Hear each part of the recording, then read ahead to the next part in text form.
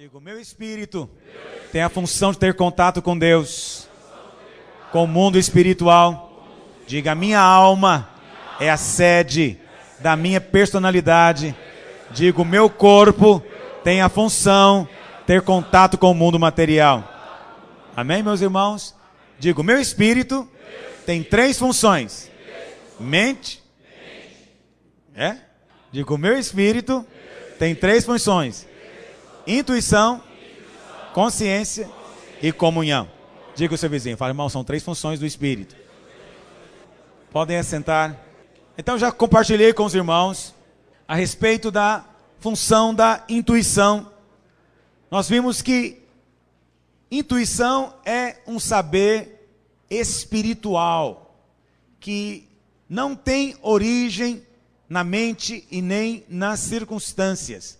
É o conhecimento que nos chega no nosso espírito, diretamente do Espírito de Deus. As revelações de Deus e todas as ações do Espírito Santo se tornam conhecidas do nosso espírito através da intuição. Então nós vimos, 1 Coríntios 2,14 fala que o homem natural não entende as coisas do Espírito, porque as coisas do Espírito são discernidas pela intuição. Marcos 2,8, Jesus sabia no seu espírito que os fariseus arrazoavam. E Atos 20:22 fala que Paulo foi constrangido no seu espírito a ir para Jerusalém. Então nós vemos que essas são todas situações onde a intuição do espírito se manifesta. Nós vimos que a intuição se manifesta pela restrição e pelo constrangimento. É Deus nos impedindo de fazer algo e Deus nos dando um impulso para fazer algo. Você precisa ser sensível para perceber quando o Senhor está te impedindo e quando o Senhor está te estimulando, te levando a fazer. Há uma diferença entre conhecer e entender. Conhecer está na mente. Entender está no Espírito. Você conhece a Deus no Espírito, mas não significa que a sua mente é capaz de entender e explicar depois Deus. Mas você conhece a Deus no seu Espírito. Você pode conhecer as circunstâncias, você pode conhecer a realidade por detrás de algo, e nem por isso a mente ser capaz de entender. Mas a função da mente é entender e explicar. Nós conhecemos algo através da intuição do Espírito, mas a nossa mente, então, ela vai ser iluminada para poder explicar, esclarecer aquilo que o nosso Espírito já sabe. Então, na intuição do Espírito, nós temos a persuasão do Espírito Santo. E na mente nós temos a orientação do Espírito Santo. A persuasão do Espírito sempre é, do Espírito Santo, né? Sempre é no nosso espírito. A nossa mente apenas entende. A segunda função que nós vimos é a função da consciência. O que é consciência? Consciência é um saber, o certo e o errado, também sem participação da mente, sem a avaliação da nossa mente. Nós vimos que a função da consciência é testificar, confirmar, recusar, acusar. Todas essas são manifestações da nossa consciência. Como eu disse, frequentemente a nossa consciência rejeita coisas que a nossa mente aprova. Por isso precisamos ter cuidado, porque é possível que nós andemos baseados só nas ponderações da mente e não nas decisões da consciência no nosso espírito. Lembra disso? A consciência decide, ela não faz ponderações. A consciência não analisa, ela não faz ponderações do tipo, isso aqui é bom, isso aqui convém, isso aqui não convém. Não, a consciência não faz ponderações, a consciência apenas decide, isso aqui é aprovado, isso aqui está reprovado, isso aqui é para Deus, isso aqui não é. A nossa mente, pelo contrário, faz ponderações. Andar pela mente é andar por essas ponderações. Então, nós vimos que lá no Éden, o homem foi colocado diante de 2 escolhas. 2 opções, a árvore da vida ou a árvore do conhecimento do bem e do mal. Andar pela árvore da vida é andar pelo Espírito, é depender de Deus para saber o certo e o errado.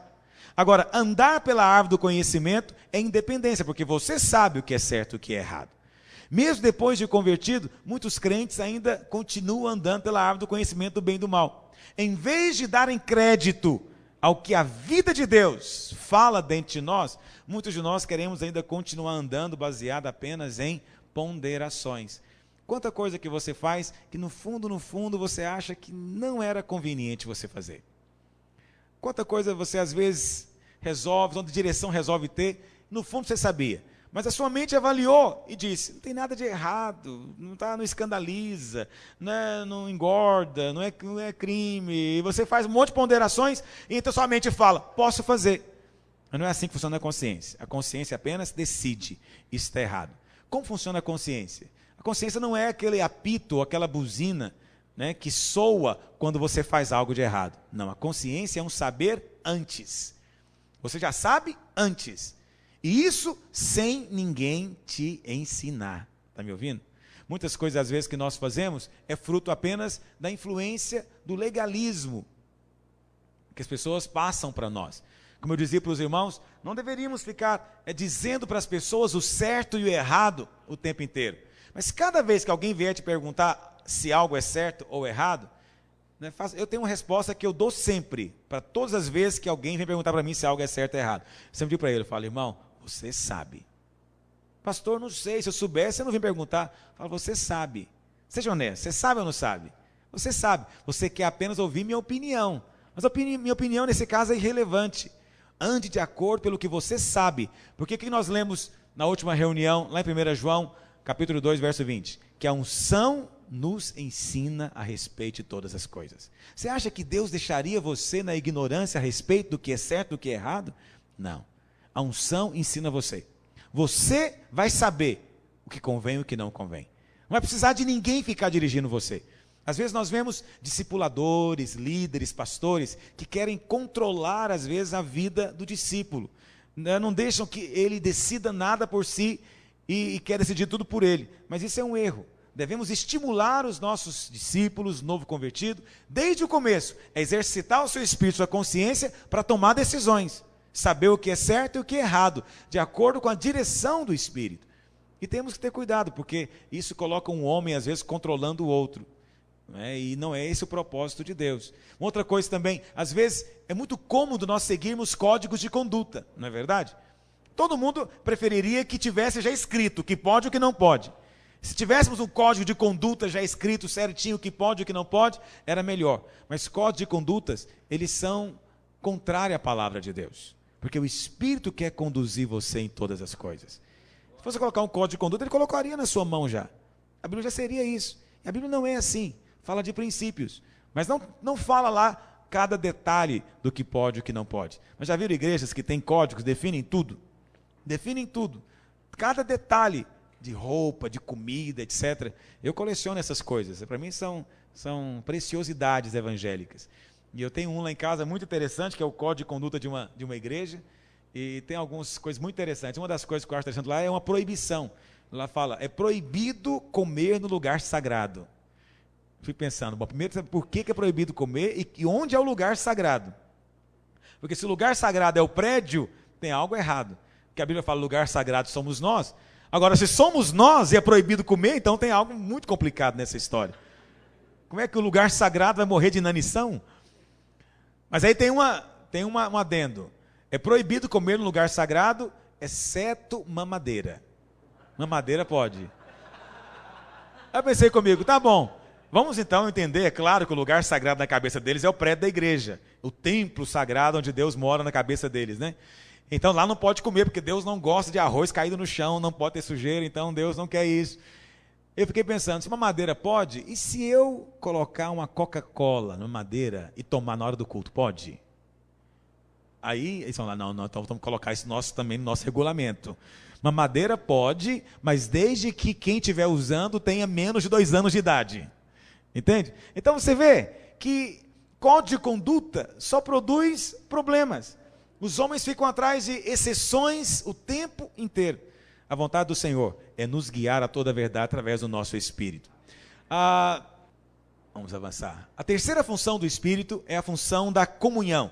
Abre lá em Lucas, capítulo 1, verso 47. Lucas 1, verso 47. Diz assim, verso 46 também. Então disse Maria, a minha alma engrandece ao Senhor, e o meu espírito se alegra em Deus, meu Salvador.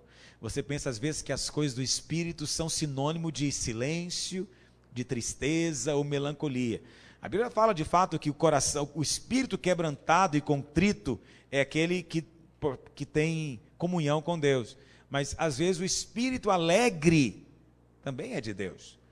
Né? Por que se alegra em Deus? Por causa da comunhão. Abre lá em 1 Coríntios, no capítulo 6, verso 17. Diz assim, é uma frase: aquele que se une ao Senhor é um espírito com Ele. Vamos dizer isso juntos? Aquele que se une ao Senhor é um espírito com Ele. Aí fala só? É um espírito, não tem um só não. Aquele que se une ao Senhor é um espírito com Ele. Diga, eu fui unido ao Senhor. Diga, por isso eu sou um só espírito com Ele. Nós não temos noção das implicações dessa afirmação, de que você está unido ao Senhor. A palavra unido aí no original é o mesmo que amalgamado. Conhece a amálgama, que é usada lá nos dentistas? Tem algum dentista aqui? Nenhum? Esse material, essa resina que se usa para fazer lá a obturação, chama amálgama. O dentista pega lá, então, duas substâncias, ele mistura aquelas substâncias, depois que elas são misturadas, não podem mais ser separadas.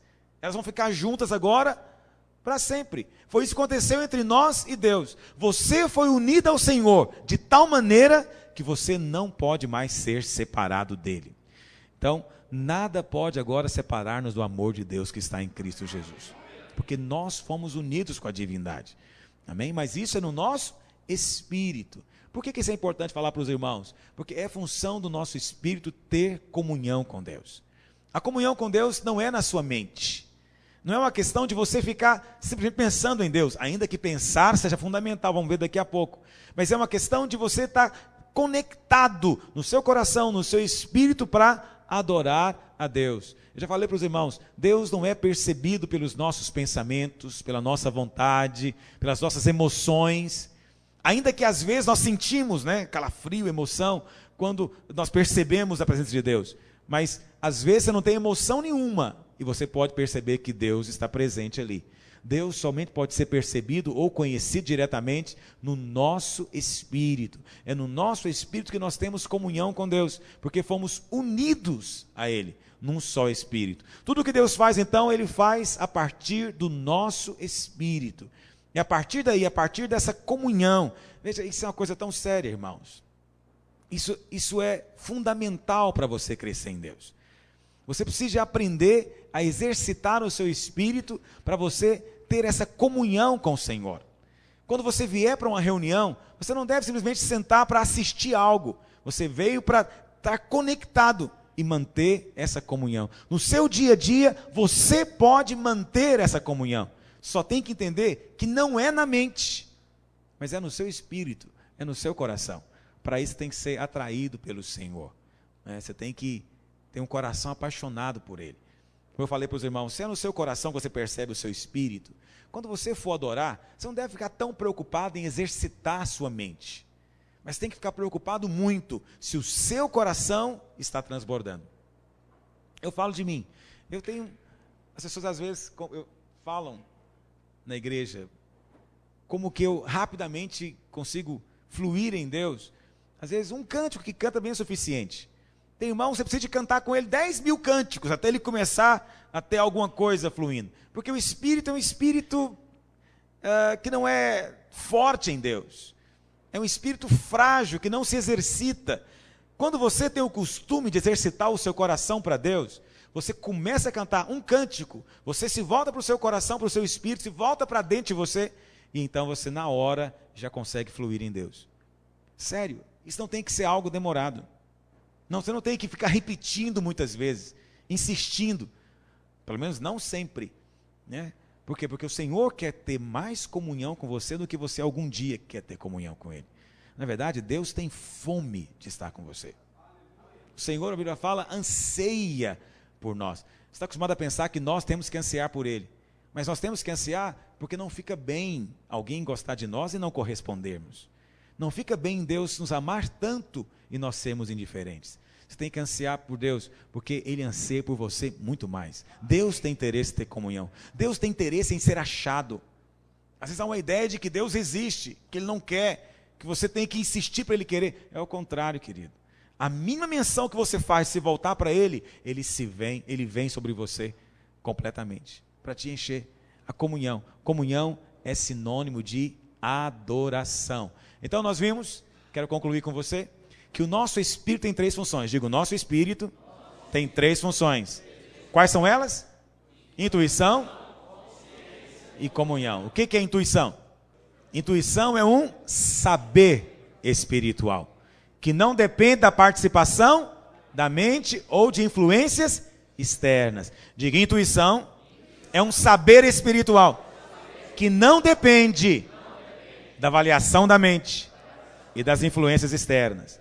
A segunda função é a função da consciência. O que é a consciência? É um saber também do certo e o errado, sem também a participação da mente. É uma decisão do espírito, né? Não depende de ponderação. E a comunhão é a capacidade que o nosso espírito humano tem de se conectar ao Senhor, de contactar ao Senhor. Falei para os irmãos que o nosso espírito é como um rádio, que tem a função de sintonizar essas ondas do céu, tanto para ouvir de Deus, quanto para falar com Deus. Se você quer falar com Deus e não quer exercitar o seu coração, vai ter um problema, porque não vai conseguir conexão. A conexão com Deus é no nosso espírito. Sei que eu estou usando uma terminologia muito moderna, né? Talvez de tanto ouvir falar de internet, sei mais o que, está falando muito de conectar. Mas essa é uma palavra ótima. Não sei como não uso para traduzir na Bíblia. Porque, na verdade, conexão é isso, é uma coisa de plugar. Entende? De entrar mesmo um no outro. De se tornar um só elemento. Então, nós temos que nos conectar constantemente à fonte que é o Senhor Jesus. Mas o nosso espírito, nós vimos as funções dele. Nosso espírito precisa de ser exercitado para que possa funcionar apropriadamente. Então, nós vimos que a obra de Deus no nosso espírito, ela é completa. Jesus disse lá em Mateus 26, verso 41, que o espírito está pronto. A carne é fraca, mas o espírito está pronto. O que quer dizer que o espírito está pronto, irmãos? Quer dizer que a obra de Deus, o que ele tinha para fazer no seu espírito, ele já fez. A Bíblia fala lá em Provérbios que o nosso espírito é como a lâmpada do Senhor que se acendeu. Entende isso? Você recebeu um espírito novo no dia em que você se converteu. O seu espírito, portanto, ele é novo, ele nasceu de novo. A obra no Senhor nele é completa. É como uma lâmpada que se acendeu.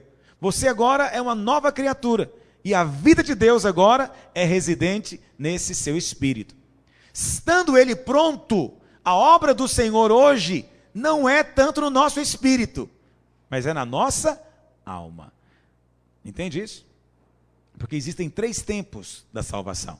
Diga, no passado, o meu espírito foi regenerado. Diga, no presente, minha alma está sendo transformada. Diga, no futuro, meu corpo será glorificado. Esses são os 3 tempos da salvação. Por isso você pode dizer que você foi salvo, você pode dizer que está sendo salvo, e pode dizer que ainda vai ser salvo.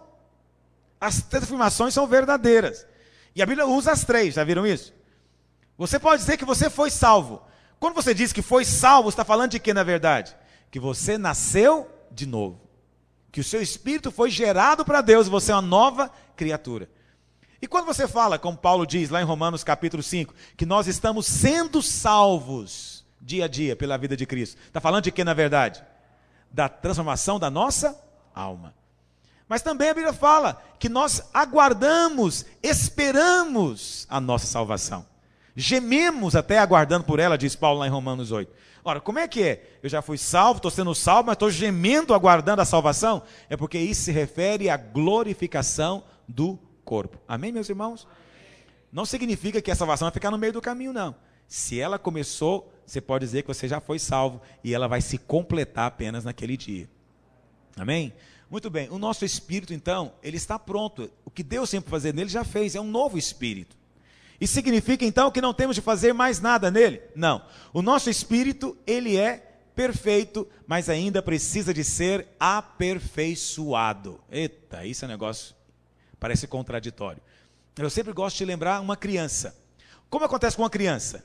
Uma criança, ela é perfeita quando ela nasce. Não é verdade? Ela tem corpo completo, ela tem perna, ela tem mãos, ela tem olho, ela tem boca, ela tem tudo. Ela é perfeita. O médico olha e fala para a mãe, olha, seu filho é perfeito. Mas significa que acabou agora? Ela é perfeita, mas tem que ser agora o quê? Aperfeiçoada. Porque apesar de ter perna, ela não sabe andar. Apesar de ter olho, ela nem sabe como focar para enxergar. Entende? E mesmo algumas partes vai ter que desenvolver. Vai ter que ter dentição, vai ter que ter cabelo, vai ter que ter uma série de coisas que vai desenvolver ainda. Ela é perfeita, mas tem que ser aperfeiçoada. Assim também acontece com o nosso espírito. Ele é perfeito, mas tem que ser aperfeiçoado. Amém, meus irmãos? Como é que nós então fazemos isso? Aperfeiçoamos o nosso espírito. Nós fazemos isso exercitando ele. Assim também acontece com a criança. Ela vai sendo aperfeiçoada à medida que ela cresce e vai se exercitando. Esse ato de exercitar, ele é fundamental. Vou falar um pouco sobre isso. E também porque precisamos de exercitá-lo para distinguir aquilo que procede da alma do que procede do espírito. Hebreus 4:12 diz que a palavra de Deus é viva, eficaz, eficiente, apta para discernir pensamentos da alma de propósitos que procedem do espírito, do nosso coração. Como é que nós podemos exercitar o nosso próprio espírito? Primeira coisa, exercitamos nos quebrantando diante de Deus. Alguém vai dizer, pastor, mas não é Deus que nos quebranta? Nós também nos quebrantamos na presença dele. Isso você tem que aprender a exercitar. Entende? Nesse aspecto, o chorar é mais importante do que o rir. Não é? As duas coisas são fundamentais na sua vida. Mas você tem que ter um espírito contrito diante de Deus. Por quê? Porque quando o seu coração, o seu espírito, como está no Salmo 34, quando o nosso espírito está contrito, nós percebemos a Deus mais rapidamente. É ou não é, meus irmãos? Só que nós ficamos esperando Deus nos quebrantar. Nós esperamos as circunstâncias acontecerem para nos quebrantar. Mas não precisa de ser assim. Você pode se quebrantar diante de Deus no louvor, na adoração, no cântico. Você pode se quebrantar e se humilhar na oração. Você pode exercitar-se ao ponto de facilmente você é tocado. Facilmente o seu espírito se contristece na presença de Deus. Não confunda contrição com tristeza. Entende? Mas você deve ter essa contrição. Você pode estar em paz, não tem problema, nenhuma tribulação, mas você aprendeu a cultivar um espírito contrito diante do Senhor. Olha, para quem quer servir a Deus, isso é absolutamente vital. A nossa alma encobre o nosso espírito como os ossos encobrem a medula. Não é verdade? Nossa alma é como se fosse uma casca ao redor do nosso espírito.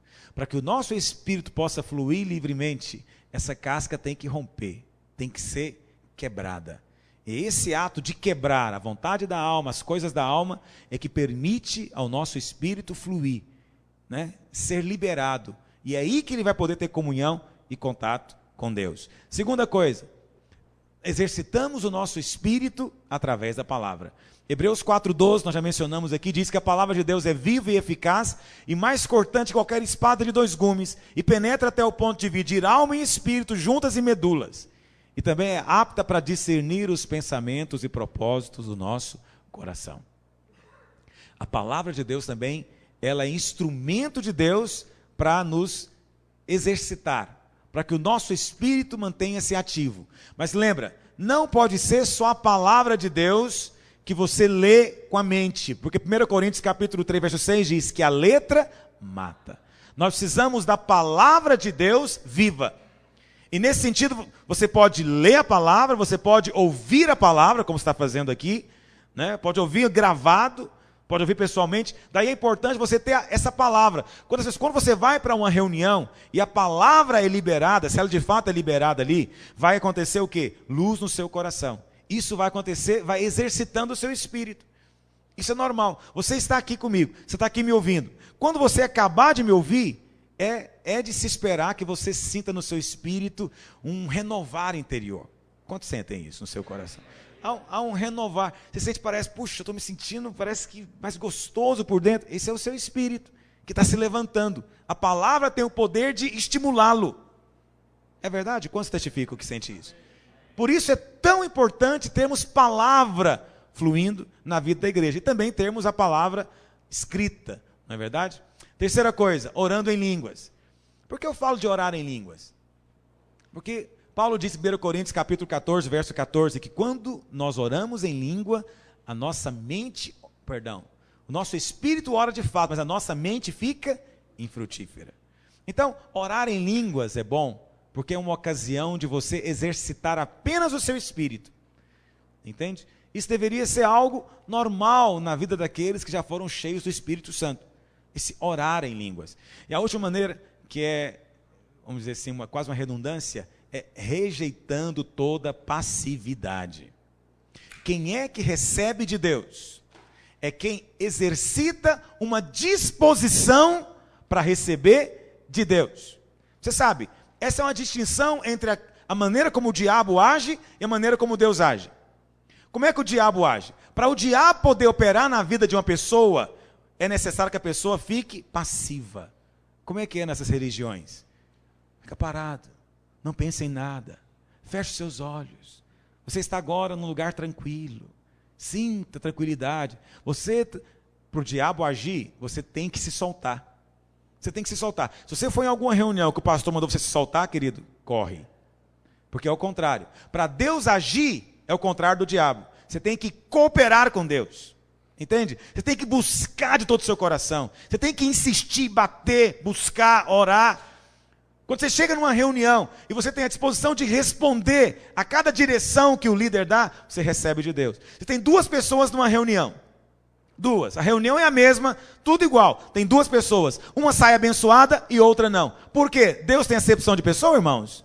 Por que uma saiu abençoada e outra não? A diferença está naquela postura. Uma foi passiva, a outra teve disposição de responder. Aquela que o irmão fala, vamos levantar, ela já dá um pulo. Vamos agora orar, ela é intensa para orar. Vamos cantar, ela abre a boca e canta com toda a sua força.